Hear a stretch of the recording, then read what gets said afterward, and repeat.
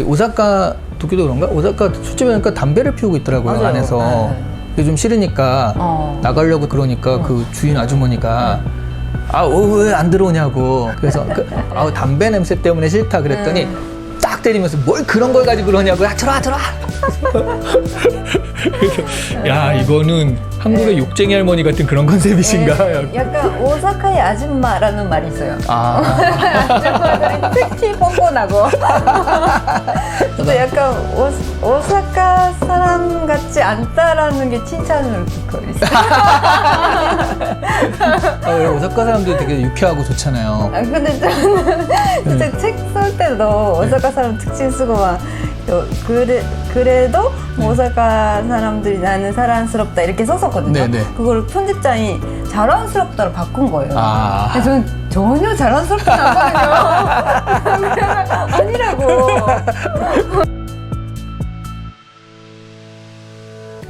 안녕하세요. 시안책방 구독자 여러분. 오늘은 나리카와 아야님, 우리 작가님이라고 하는 게 편하신 거죠?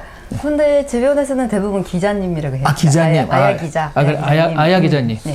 아야 기자님 약간 한국에서 그런 느낌인데. 네, 우리 그런 기자님, 기자님을 모시고 같이 얘기를 해볼 텐데, 바로 이 책, 지극히 사적인 일본, 이 책을 쓰셔서 저희 작가로 모시긴 했거든요. 제가 이 책을 읽어보고 재밌는 게 너무 많아서 그런 포인트들 같이 좀 얘기해보면 어떨까라고 연락을 드렸었는데 어떻게 또 잘 돼가지고 모시게 됐습니다. 같이 이 책에 대한 이야기를 좀 해볼 텐데, 한국 사람들이 그래도 일본에 대해서는 좀 많이 아는 편이잖아요. 나름. 뭐 놀러도 많이 가고 막 그러다 보니까. 그래서 이런 저런 걸 단편적으로 조금씩 아는 건 있어요. 뭐 혼내라든가. 그쵸. 아는데 현민성이란 말은 처음 들어봤거든요. 현민성 많이 쓰거든요. 일본에서는 많이 쓰고, 일단 일본은 47개 도도부현이 있다고 하고, 그 47개 도도부현마다 거기에 사는 사람들 성향이 좀 다르다라는 뜻으로 현민성이라는 말을 많이 쓰고, 그리고 비밀의 현민쇼, 히미츠노 켄민쇼라는 그 TV 프로그램이 있어요. 그게 되게 인기 프로그램인데, 그러니까 여기 출신 사람들은 어떤 성향이 있고, 막 어떻게 행동하고, 막 그런 것들을 많이 소개하는 프로그램인데, 그런 것도 인기가 많고, 일본 그 근내에서는 되게 화제거든요. 네. 저 그거 유튜브에 살짝 조금씩 뜨는 거 있잖아요. 그거 본 거 같은데, 그게 그런 거잖아요. 교토 사람들은 이렇게 말한다. 라든가, 오사카 사람들한테 빵야 그러면 이런 거. 한국들이 그건 진짜 많이 나와요. 그래서 교토 사람들이 지금 몇 시예요? 뭐 그러면은 시간 보고 지금 가라 뭐 이런 얘기다. 뭐 그런 느낌. 그런 거 본 것 같아요. 근데 그러면 그건 재밌는 거. 그 오사카 사람은 이래, 도쿄 사람은 이래, 뭐 이런 것들 소개해 주실 만한 거 있을까요?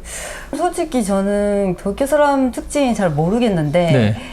아마 도쿄가 너무 대도시다 보니까 지방에서도 많이 사람들이 오고 그래서 약간 사람들끼리 거리감을 두고 터치 안 하는 문화가 좀 있는 것 같긴 하거든요. 그래서 오사카 사람 입장에서는 도쿄 처음 갔을 때 되게 놀랐던 거는 너무 질서를 잘 지킨다? 사람이 너무 많은데 그 되게 지하철이나 엘리베이터 같은 데서 조용하고 그 신호등도 잘 지키거든요. 신호등 잘 지키는 게 되게 특이하다. 그러니까 예를 들어서 오사카는 그러니까 빨간불인데 파란불이 될 것 같으면 조금 일찍 나가거나 아니면 맞아요. 뭐 차가 안 오는 것 같으면 그냥 눈치껏 건너는 사람도 많고. 기본적으로 술집에 들어가면 오사카는 일단 와 소리가 그렇죠. 시끄럽죠.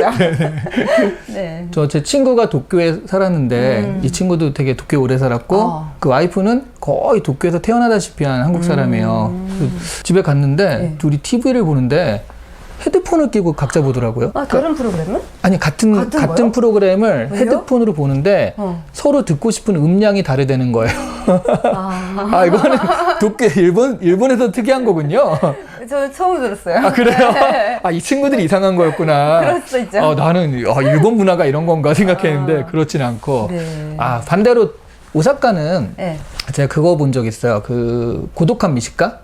거기 봤더니 고로상이죠. 고로상이 오사카에서 처음으로 혼자 먹고 있는데 옆에 사람이 그거 그렇게 먹는 거 아니 이렇게 먹어요 하니까 깜짝 놀라더라고요. 그러니까 도쿄에서는 상상도 할 수 없는 일이다 이런 거 나오면서 그쵸. 뭔가 이렇게 간섭하고 참견하는 게 오사카 사람들의 특징이다라는 식으로 얘기를 했던 것 같은데 맞아요. 제가 예를 들어서 마트에서 장 보고 있는데 옆에서 아줌마가 이게 더 싸 막 이렇게 알려주시는데 그런 일이 도쿄에서는 한 번도 없었어요. 그렇죠. 오사카는 그냥 모르는 사람한테 말 거는 게 진짜 습관이에요. 약간 한국의 좀 그 옛날 40대, 50대 이상의 네. 그 정서는 아직도 그런 게 있긴 하거든요. 비슷한 것 같아요. 네. 네. 그래서 오사카 가보면 한국 사람은 좀 비슷하다는 느낌도 맞아요. 들긴 해요. 맞아요. 아, 근데 오사카는 왜 그렇게 네. 빵이야 그러면 확 이렇게 리액션을 해주는 거예요? 그게 저는 정확히 이유는 모르겠는데 네. 오사카가 상업도시거든요. 네. 그래서 뭔가 그 재밌게 얘기하는 것도 잔사에 도움이 되잖아요. 아, 네네. 네, 그래서 좀 친근감 있게 막 말 걸고 재밌게 대화하고 막 그런 게 좀 생기지 않았을까. 네. 그 오사카 보니까 오사카는 어떻게든 웃겨야 된다. 맞아요. 말끝마다 웃겨야 된다. 이런 강박이 좀 있는 것 같더라고요. 있어요. 그쵸? 그거는 저는 좀 피곤해요. 아. 네, 뭔가 얘기를 하다가 뭐가 재미있는지를 기다리고 있는 느낌. 아, 그런 거 없는데 하고. 아, 그러니까 평범하게 얘기하고 있으면 반전이 언제지라고 네네네네. 상대방이 기다리는 느낌. 그래서 아, 네. 좀 부담스럽긴 하네요. 그쵸? 네. 네. 근데 오사카는 하여튼 정감도 있고 그래서 네. 또 좋은 느낌도 있는데 네. 오사카에서 1시간만 가면 교토인데 네네. 여기는 정말 완전히 반대라는 그런 느낌이거든요. 맞아요. 그 옛날 수도라는 어떤 네. 고상함 이런 게 남아 있어서 그런가요? 그런 것 같긴 해요. 그러니까 네. 호나이 오래 살았던 곳이기도 하고 네. 귀족 문화도 있고 해서 우아한 느낌이 있거든요. 네, 교토는 네. 오사카는 상업도시고. 그래서 교토 사람들은 오사카 사람처럼 직설적으로 얘기하는 것보다는 네. 좀 돌려서 그 부드럽게 얘기하는. 네. 아, 근데 그게 돌린다라기보단 엉뚱한 얘기를 하는 것 같은 그런 느낌까지 이 책에서도 소개가 됐는데 네. 뭐 부부 측해 먹을래? 아, 네네. 그 밥 위에 같이 녹차 얹어서 먹는 네. 그거라고 그러잖아요. 네. 부부 측해 먹고 갈래가 그만 가주세요라는 말이 네네. 이게 어떻게 돌리면 이 얘기가 그렇게 되나 싶거든요. 아. 그게 왜 그렇게 되는 거예요? 근데 그게 너무 유명하거든요. 네. 교토 사람이 일단 그렇게 돌려서 얘기한다는 얘기는 있는데 그 사례로 너무나 일본에서 유명해서 교토 사람들은 사실은 그렇게 너무 사람들이 알고 있어서 네네. 말을 못한다. 아. 이제는 그렇게 말을 못한다고는 하는데 네. 근데 그게 저도 찾아봤는데 라쿠고라는 게 있거든요. 일본 라쿠고라고 라쿠고? 네, 네. 전통 만담 같은 거. 네, 만담에 있어요. 그 얘기가 무브즈게 오사카 사람이 교토 사람 집에 갔는데 놀러 갔는데 무브즈게 먹고 갈래요? 라고 돌아가라고 얘기하고 있는데 네. 그 못 알아듣고 네, 그 무브즈게 먹고 또 리필까지 하고 네. 그런 좀 웃긴 얘기로 나와요. 네, 그것 때문에 좀 사람들이 그런 인식이 생긴 거 아닌가 싶기도 하고. 그 만담이 한국으로 치면 한국은 라면 먹고 갈래가 약간 좀 성적인 의미잖아요. 네네. 근데 정말 라면만 먹고 야 라면 한 그릇 더 줘서 라면만 먹고 갔다 뭐 이런 느낌이네요. 오히려. 맞아요. 예. 그리고 지금 보면 네. 그 굉장히 일본 안에서도 다양하게 사셨던 것 같아요. 맞아요. 그 아사히 신문 기자로서 그 근무를 하셔서 그런 거죠. 그쵸. 예. 저는 어렸을 때 오사카 살다가 초등학교 3학년 때 고치라는 시골에서 살았던 것도 있는데 네. 아사히신문 입사 후에는 그러니까 한국은 그렇지 않은데 일본은 계속 2, 3년에 한 번씩 네. 그 지역을 옮겨요. 기자들이. 네. 그래서 나라에서 3년, 도야마 2년, 오사카, 도쿄 이런 식으로 네. 예, 살았어요. 그러니까 지금 얼핏 들어도 오사카, 고치, 나라, 도야마, 나라, 도야마, 도쿄. 네. 아, 어디가 제일 좋으세요? 근데 뭐 제일 편한 거는 오사카이긴 한데 제일 익숙한 것이긴 한데 저는 토야마 살아보니까 너무 괜찮았어요. 네네. 기본적으로 약간 저도 오사카 사람 같은 느낌이 드는 게 여기 들어오실 때 저희 초인종이 고장이 나 있는데 보통 그냥 그런가 보다 하는데 이게 좀 잘못됐다 이러면서 같이 뭔가 오사카 사람 같은 느낌 맞아요. 나쁜 말이 아닙니다. 좋은 말로. 네. 약간 그래서 한국으로 치면 혹시 MBTI 아시죠? 네네. MBTI로 E라고 하거든요, 보통. 굉장히 E시구나라는 그런 느낌이 드는데 저 I예요. I예요? 에이, 거짓말. 에이. 아니, 그 일본도 MBTI를 하나요? 젊은 세대만. 젊은 세대가 한류 때문에. 한류 때문에. 그런 것 때문에 하고 저거는 아예 윗세대는 잘 모르는 것 같아요. 그 MBTI는 해보셨 거잖아요. 네네네. 뭐예요 그러면? INFP. INFP. 네. INFP. INFP. 예. 저는 ENFP거든요. 앞에 I와 E만 빼놓고는 그러네요. 하여튼 오사카 사람들은 E, 그 외에 나머지 일본 사람은 I 이렇게 생각해도 아, 근데 일본은 왜 이렇게 지역마다 큰 차이가 나게 된 거죠? 원래 에도 시대까지만 해도 약간 그 여러 나라의 집합체 같은 느낌이었거든요. 아, 네. 그렇죠. 원래 오키나와도 다른 네, 나라였고. 오키나와는 특히 다른 왕국이었고, 네, 네. 독립국이었고, 홋카이도도 좀 다른 문화가 있고, 네. 메이지 시대에 갑자기 중앙 집권 체제가 좀 강화된 느낌이 있어서 각자 그 지금으로 치면 미국처럼 각 네. 주마다 네, 독립적으로 그런 느낌. 있다가 네. 메이지 유신 이후로 도쿄 같은 거 생기면서 그렇게 네. 된 거지, 원래는 각각의 독립적인 체계가 강했다. 네. 그것도 있고 지리적으로도 진짜 길거든요, 일본은. 아. 길고 섬나라잖아요. 네. 그래서 그렇게 이동하기 쉽지도 않고. 그래서 예를 들어서 규슈 사람들은 큰 도시라고 하면 후쿠오카 막 이런 식으로, 뭐 그 간사이 지역은 오사카 막 이런 식으로 거점 도시가 있어서 모든 게 도쿄에 집중돼 있지는 않아요. 근데 제가 현민성에 집중해서 본 이유 중에 하나가 뭐냐면 한국도 지역색이 좀 특별한 게 있어서 근데 그게 정치에 이용이 돼가지고요. 이게 뭐가 먼저라고 할 수는 없어요. 그러니까 지역이 먼저라서 정치에서 이용을 한 건지 정치에서 이용을 하다 보니까 이게 지역 감정까지 심화가 된 건지는 모르겠으나 어쨌든 그렇게 좀 정치에 이용된 면이 있거든요. 근데 일본은 보니까 그럼 정치에 이 현민성이 이용되는 것 같지는 않더라고요. 그렇죠. 뭐 특별히 어느 지역이 어느 전당이거나 막 그런 것도 별로 없는 것 같고 그리고 저도 가만히 생각해 보니까 그 대통령을 직접 뽑잖아요, 한국은. 그러니까 일본은 총리는 직접 뽑을 수가 없어서 국민들이 직접 뽑을 수 있는 게 국회의원이거든요. 결국은 국회의원은 자기 사는 지역의 대표니까 지역 감정이 정치에 이용되기 쉽지 않은 것 같아요. 그러니까 한국은 전국 선거, 대통령이라는 전국 선거가 있기 때문에 어느 지역 출신의 대통령 뭐 이런 게 좀 강하지만 일본은 어차피 자기 지역의 국회의원만 뽑으면 되고 그 국회의원들이 모여서 제일 정당에서 총리를 뽑는 거니까 사실은 그렇게 전국적인 선거를 할 일이 별로 없었다. 그렇죠. 그러니까 총리를 한국처럼 직접 선거로 뽑는 거면 그 간사이 사람들은 간사이에서 나왔으면 좋겠고 그런 것들이 생길 수가 있는데 그렇지는 않죠. 어떻게 보면 정치 구조가 또 이런 걸 만들었다, 이런 차이를 만들었다고 생각할 수도 있겠네요. 근데 그 하다 보면 지역과 지역이 맞붙어서 서로 싫어하는 것도 있지 않아요? 그게 약간 특별히 도쿄, 오사카가 좀 라이벌 의식이 강해요. 그것도 오사카 사람만 그럴 수 있어요. 도쿄 사람은 의식하지 않는데 오사카 사람만 그죠? 도쿄 재미없어 막 이렇게. 도쿄 사람들은 우리는 뉴욕이 라이벌이야 막 이러고 있는데 오사카 사람만 도쿄 막 이럴 수도 있다. 그럴 수 있는 게 뭐냐면 그 야구 프로야구 팀 있잖아요. 그러니까 오사카 쪽은 한신 타이거스거든요. 도쿄 쪽은 요미우리 자이언츠, 그 표진이라고 하는데. 그러면 그 아사히신문이 오사카에서 시작했고 그 표진 요미우리잖아요. 요미우리 신문이잖아요. 그래서 아사히신문 오사카 본사에 있으면 대부분 한신 팬이에요.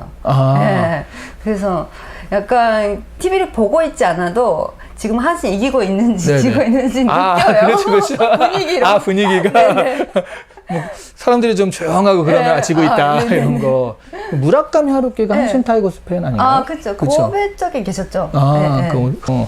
그래서 일본의 그런 현민성도 어떻게 생각하면 특히 프로야구가 워낙 강하니까 잘못하면 굉장히 안 좋게 갈 수도 있는데 그렇게까지는 안 갔다는 생각이 들어서. 그렇죠. 스포츠에 한해서는 있는데 그게 뭔가 다른 뭐 미움이 생기거나 막 그런 쪽으로는 안 가는 것 같아요. 제가 왜 이렇게 이런 걸 물어보냐면 한국은 지역 감정이 좀 차별?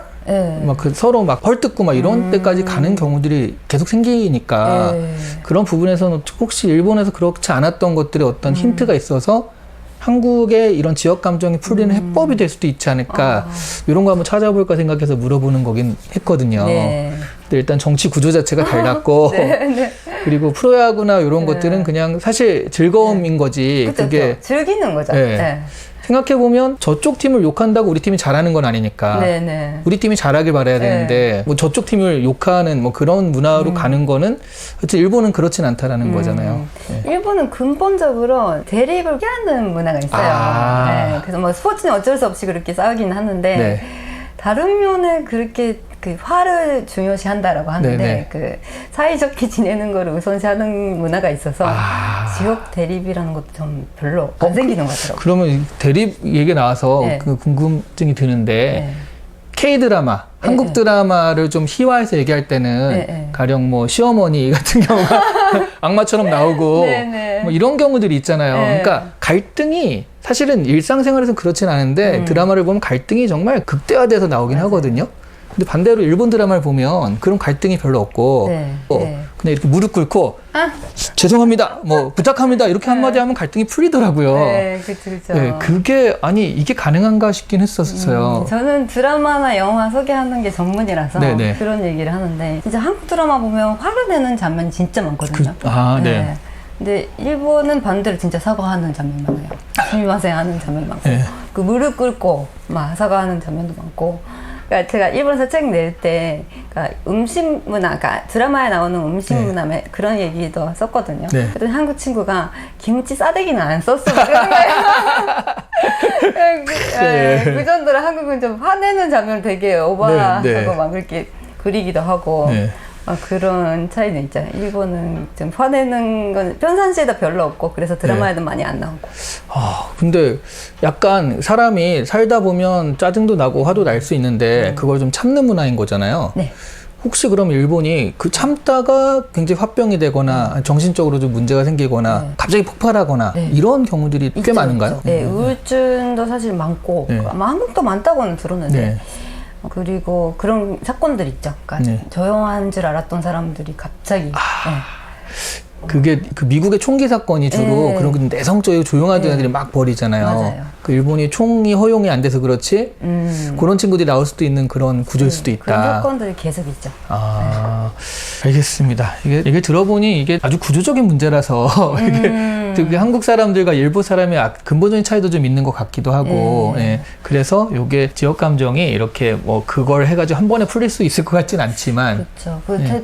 대통령 선거하면 이렇게 그 어느 당 지지하는지 색깔이 이렇게 나오잖아요. 그거 되게 일본 사람들 신기해해요. 한국이 왜 이렇게 달라? 막 이렇게 파란색, 빨간색 이렇게 갈리는 게. 알겠습니다. 뭐 일본에 대한 좀 재밌는 거. 그러니까 바로 옆에 나라고 그리고 우리가 정말 굉장히 자주 놀러 가기도 하고 또 일본에서도 많이 놀러 오시잖아요. 그럼에도 불구하고 겉모습만 알지 그 안에 속 내용은 잘 모르니까 이런 걸 통해서 사실은 겉모습이 왜 이렇게 되었고 어떤 점이 차이가 있고 어떤 점이 같은지 좀 아는 계기가 되었으면 좋겠네요. 뭐 현민성도 전 처음 들었는데 지역 감정과 비슷해 보이지만 또 이렇게 다른 면도 있었다. 이런 걸 좀 알게 됐습니다. 자, 그러면 일단 이 책에 대해서 지극히 사적인 일본 틈새 책방에서 나온 책인데 그 생각보다 두꺼운데 금방 읽히긴 해요. 재밌어서. 그리고 일본에 자주 가셨던 분들은 아마 이거 내가 아는 얘기하고 연결되는 것도 있어가지고 재밌게 읽을 수 있어서 많이 좀 권하는 많이 좀 보시면 이번이나 내년에는 또 일본 놀러 가실 분 많잖아요. 한번 읽어보시고 놀러 가시면 훨씬 더 일본에 대해서 확 와닿게 친근하게 느낄 수 있지 않을까 싶습니다. 많이 좀 구입을 부탁드리고요. 일단 1부는 여기서 마치고 우리 더 재밌는 2부로 가보도록 할게요.